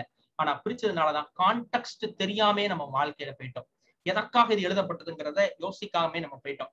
13வது வசனத்தை பாருங்க, சம்பூர்ணம் அடைந்து அநேகராய் இருந்தால்னா நல்ல எல்லா வசதி இருக்குது, எவ்வளவு பெரிய மக்களாக இருக்கிறாங்க, வல்லமை மிகுந்தவர்களாக இருக்கு, அரசியல் செல்வாக்கு இருக்கு, போர் திறமைகள் இருக்கு, பெரிய சம்பத்து இருக்குது, ஆனால் அவர்கள் அழிந்து போவார்கள்னு சொல்றாரு. 13வது வசனம் என்ன சொல்றாரு, இப்போதும் நான் உங்கள் மேல் இருக்கிற நுகத்தை விரித்து கட்டுக்களை அறுப்பேன்கிறார். நுகம் என்றால் நீங்க இந்த மாட்டுக்கு கழுத்துல 2 மாடை கூட்டு போகும்பொழுது வண்டியில போகும்போது மேல ஒரு பெரிய கட்டை போட்டிருப்பாங்க, அதான் நுகம்ங்கிறாங்க. இந்த ஓசியா தீர்க்கதரிசி அழகா சொல்றாரு 8வது அதிகாரத்துல, ஆண்டவர் தான் நுகத்தை வச்சாராம், ஆண்டவர் தான் நுகத்தை முறிக்கிறாராம். அது சொல்றாரு, அழகா சொல்றாரு ஓசியா, அது அழகா சொல்றாரு. ஆண்டவர் நுகத்தை வச்சாரு, ஆண்டவர் நுகத்தை முறிக்கிறாருங்க. இந்த மக்களை எப்படி ஆண்டவர் பயன்படுத்தி இருக்கிறாரு பாருங்க. சனகரிப்பை கொண்டு இந்த மக்களை திருத்துறாரு, அதே நேரத்துல சனகரிப்பை அழிக்கவும் செய்யறாரு. பாபிலோனை கொண்டு இந்த மக்களை சிறைப்படுத்துகிறார், பாபிலோனை பெர்ஷியர்களை கொண்டு அழிக்கவும் செய்யறார். இந்த ஆண்டவரே இவர்களுக்கு ஒரு நுகத்தை வைத்து ஒரு பாடத்தை கற்பித்து கொடுக்கிறார், ஆண்டவரே இவர்களுக்கு இவருடைய தண்டனையை கொடுக்கிறார் இவர்களை வைத்து, அதே நேரத்தில் அவர்களுக்கு அந்த தீர்ப்பையும் அவர் தான் எழுதுறார். அப்ப ஆண்டவர் நுகத்தை வைக்கிறார், எடுக்கிறார், அதற்கு ஒரு ஸ்பெசிபிக் ரீசன் இருக்கு. வரலாற்று ரீதியாக நீங்க பார்க்கும் பொழுது சனகரிப்பினுடைய அழிவால் இந்த மக்கள் ஆக்சுவலா அசிரியாவில அதிருப்தியாக கொண்டனர். இப்ப இந்த ஏசாயா 14:25, ஏசாயா 10:13 நீங்க வாசித்து பாத்தீங்கன்னா இது உங்களுக்கு தெரியும். நான் அந்த கான்டெக்ஸ்ட் சொல்லிட்டேன், நீங்க வீட்டுல குறிச்சு வச்சு வாசித்து பாருங்க. அது எப்படி சொல்றாரு பாருங்க. நீங்க பார்க்கக்கூடிய இந்த வசனங்கள் எல்லாமே, நான் சொல்லக்கூடிய இந்த வசனங்கள் எல்லாமே அதற்கு கான்டெக்ஸ்ட்ல பொருத்தி தான் நம்ம பாக்குறோம். இன்னும் 2 வசனம் தான் இருக்கு. உன்னை குறித்து கர்த்தர் கட்டளையிடுகிறார், இனி உன் பேருக்கு வித்து விதைக்கப்படுவதில்லை, உன் தேவர்கள் கோயில் இருக்கிற வெட்டப்பட்ட விருக்கத்தையும் வாட்டப்பட்ட விக்கிரகத்தையும் நான் நிர்மூலம் பண்ணுவேன், இக்கனவீன நானபடியால் உன்னை பிரேத குழியாக்கு. இதுவும் சனகரிப்பை பார்த்தா சொல்றாரு. இந்த சனகரிப்பு ஆக்சுவலா அவருடைய கோயில்ல தான் அழிக்கவே படுதான். அவனுடைய கோயில்ல நீங்க 2 ராஜாக்கள் புத்தகத்துல இருந்து போய் வாசித்து பாருங்க, 19ஆம் அதிகாரம் நினைக்கிறேன். அதை நீங்க பார்க்கும் பொழுது அவர்கள் அங்க அழகா சொல்றா, அவருடைய பிள்ளைங்க தான் அதை கொண்டு போடுறாங்க. எங்க நேரா இந்த மாதிரி கேள்வி கேட்டு போறான், உங்க கடவுளால என்ன தடுத்துட முடியுமா, உங்க கடவுள் அவ்வளவு பெரிய கடவுளா, இதுவரைக்கும் ஏதாவது ஒரு கடவுள் என்ன தடுத்திருக்காங்களா, எதுக்கு வாய்ப்பு இருந்துச்சா அப்படின்னு சொல்லி கேட்டுட்டு போறான். அவன் போகும் பொழுது அங்க உள்ள அவனுடைய ஆலயத்துல நீங்க பாத்தீங்கன்னா 19வது அதிகாரம் 2 ராஜாக்கள் 19வது அதிகாரம் பாத்தீங்கன்னா 37வது வசனம் வாசிக்கிறேன். அவன் தன் தேவனாகிய நிஸ்திரோத்தின் கோலையிலே பணிந்து கொள்ளுகிற போது அவன் குமாரராகிய அர்த்தமலைக்கு சரேத் சேரும் அவனை பட்டயத்தால் வெட்டி போட்டு அரராத் தேசத்திற்கு தப்பி ஓடி போனார்கள் என்று அங்கே நமக்கு பார்க்க முடிகின்றது. அப்ப அவன் குழந்தைகளே அவனை கொல்றதை நமக்கு பார்க்க முடிகின்றது. அடுத்து என்ன சொல்றாரு, நீங்க செப்பனியா 2 பாத்தீங்கன்னா தெரியும், அததான் அவர் சொல்றாரு. இதுல ஒரு 2 விஷயம் நமக்கு நல்லா தெளிவா புரிஞ்சுக்கணும். ஒரு தேசம் அழிக்கப்படுகின்றதா, அவருடைய கடவுள் அழிக்கப்படுறாங்க. முதல்ல அசிரியர்கள், அவருடைய கடவுள் இன்றைக்கு அசூர் என்கின்ற கடவுள் இல்ல, வழிபாட்டுல இல்ல. அப்போ அந்த தேசம் அழிக்கப்படும் பொழுது அவருடைய கடவுள் அழிக்கப்படுறாங்க. வித்து அழிக்கப்படுவது அதாவது உன் பேருக்கு வித்து விளைவிக்கப்படுவதுன்னா இனிமே அந்த ராஜாங்கத்துக்கு ராஜாக்கள் இருக்க மாட்டாங்கிறத சொல்றாரு. தேவன் அழிக்கப்படுகிறான்னா உன் கோயில்ல நீ வைத்து வணங்கி கொண்டிருந்த கடவுள் இனிமே இருக்க மாட்டாங்கிறத சொல்றாரு. அங்க இருக்கிற விக்கிரகத்தை நிர்மூலமாக்குவேங்கிற, பிரேத குழியாக்குவேங்கிறத செப்பனியா 2ஆம் அதிகாரம் நான் அன்னைக்கே வாசித்து காமிச்சேன். 13 இருந்து 15 வசனம் வரைக்கும் நீங்க வீட்டுல போய் வாசித்து பாருங்க. அதை எப்படி சொல்றாரு பாருங்க. இது பாலும் மிருக ஜீவன்கள் பாலும் தாபரமும் ஆயிடுச்சு அப்படின்னு அதை மாத்துவேன் அப்படின்னு சொல்றாரு. அதாவது இதுல இனிமேல் இங்க இருக்கக்கூடிய ஒரு மனிதனும் வாழ முடியாத ஒரு ஸ்தலமாக மாத்துவேங்கிறாரு. அததான் நான் பிரேத குழியாக்குவேன்னு சொல்லி தீர்க்கதரிசனம் சொல்றாரு. 15வது வசனம் ஒரு பியூட்டிஃபுல்லான வசனம். நம்ம முடிக்க போறோம்.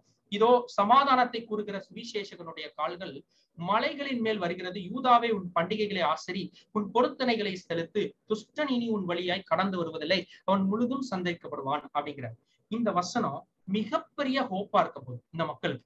ஏன் பாருங்க, இது வரைக்கும் அவங்க கேட்டாங்க, என்ன கேட்டுட்டே வராங்க, அசிரியனை கொன்றுவேன் கேட்டு வராங்க.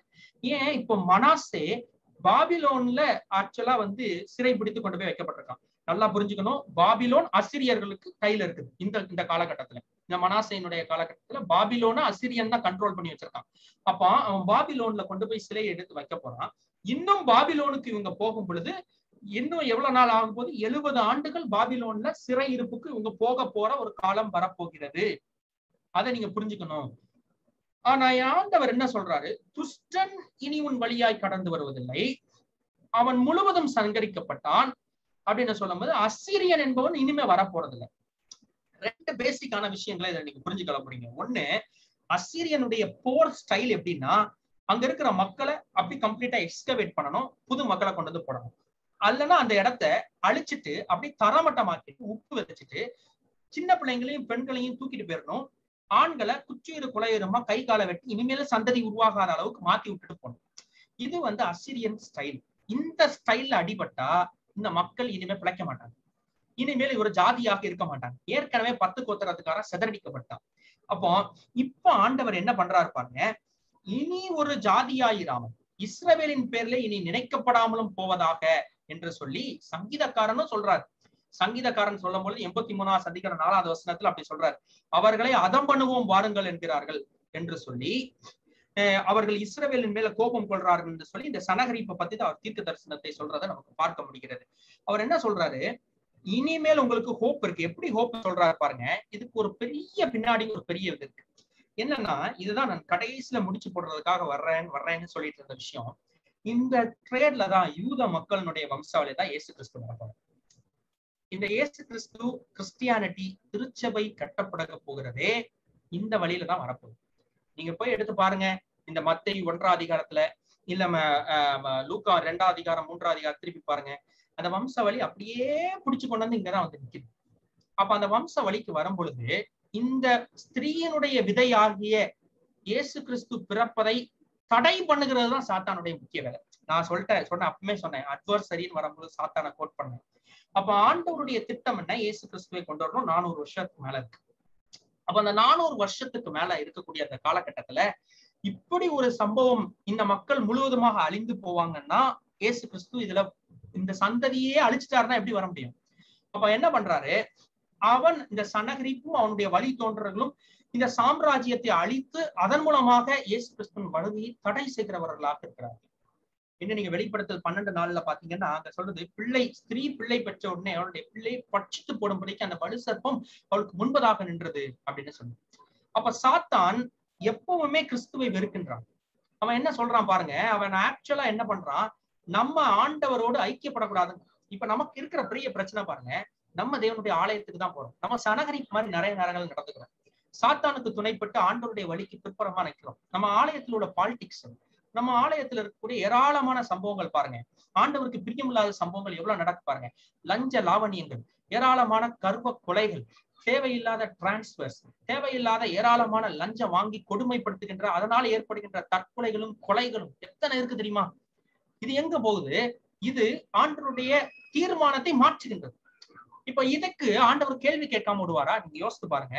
நாம் எந்த சபையை சேர்ந்தவராக இருக்கலாம், அவர் எங்க பிடிக்கிறாரு பாருங்க. இதுதான் திருச்சபையினுடைய ரூட்டு, இதுதான் கிறிஸ்துவனுடைய வழி. அதற்கு இவர்கள் தடை பண்ணுகிறவர்களாக இருந்தார்கள். அதனாலதான் இவ்வளவு தூரம் ஆண்டவர் கோவப்பட்டார். இவ்வளவு தூரம் ஆசிரியர்களை எதிர்க்க வேண்டியது என்ன? அவர்கள் அந்த 10 கோத்திரத்து போதாதுன்னு சொல்லி இந்த 2 கோத்திரத்தையும் பிடிக்க வரானா? 10 கோத்திரத்தை தண்டிக்கிறதுக்காக ஆண்டவர் விட்டு கொடுத்தார்.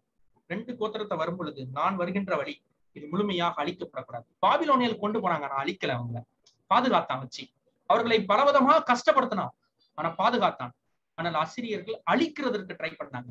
அப்போ ஆண்டவர் அதை நிறுத்துகின்றார். அவர் சொல்றாரு, சமாதானத்தை கூறி நற்காரியங்களை சுவிசேஷமா அறிவித்து ரட்சிப்பை பிரசித்தப்படுத்தி உன் தேவன் ராஜரிகம் பண்ணுகிறான் என்று சீயோனுக்கு சொல்கிற சுவிசேஷனுடைய பல மலைகளின் மேல எவ்வளவு அழகாயிருக்கு. இதுதான் இன்னைக்கு ஆண்டவர் நம்மகிட்ட கேட்கிறார்.